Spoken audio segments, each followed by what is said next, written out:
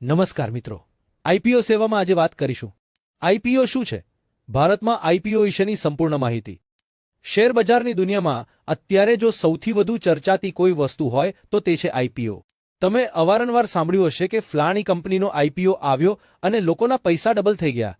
પણ શું તમે જાણો છો કે આ આઈપીઓ શું છે, તે કેવી રીતે કામ કરે છે, અને સૌથી મહત્વનું, તમારે તેમાં રોકાણ કરવું જોઈએ કે નહીં?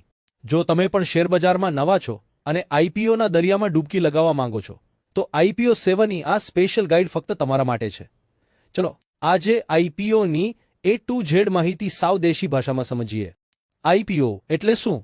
સરળ શબ્દોમાં કહીએ તો, જ્યારે કોઈ પ્રાઇવેટ કંપની પહેલીવાર સામાન્ય જનતાને તેના શેર વેચવાની દરખાસ્ત મૂકે ત્યારે તેને આઈપીઓ કહેવાય છે.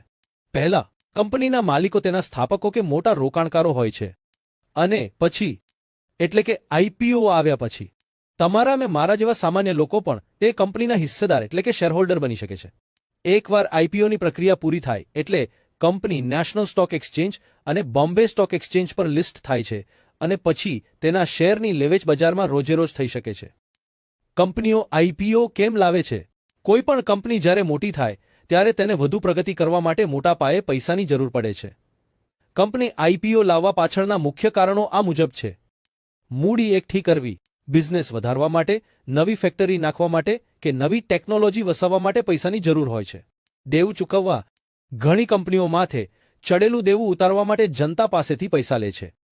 બ્રાન્ડ વેલ્યુ વધારવા, શેર બજારમાં લિસ્ટ થવાથી કંપનીની પ્રતિષ્ઠા વધે છે અને લોકોનો ભરોસો વધે છે. એક્ઝિટ થવું, કંપનીના જૂના રોકાણકારો કે જેણે શરૂઆતમાં પૈસા રોક્યા હોય તેમને પોતાના શેર વેચીને નફો કમાવવાનો મોકો મળે છે. મિત્રો, આવી જ ઇન્ફોર્મેટિવ માહિતી માટે ચેનલને લાઇક, શેર અને સબસ્ક્રાઇબ કરો.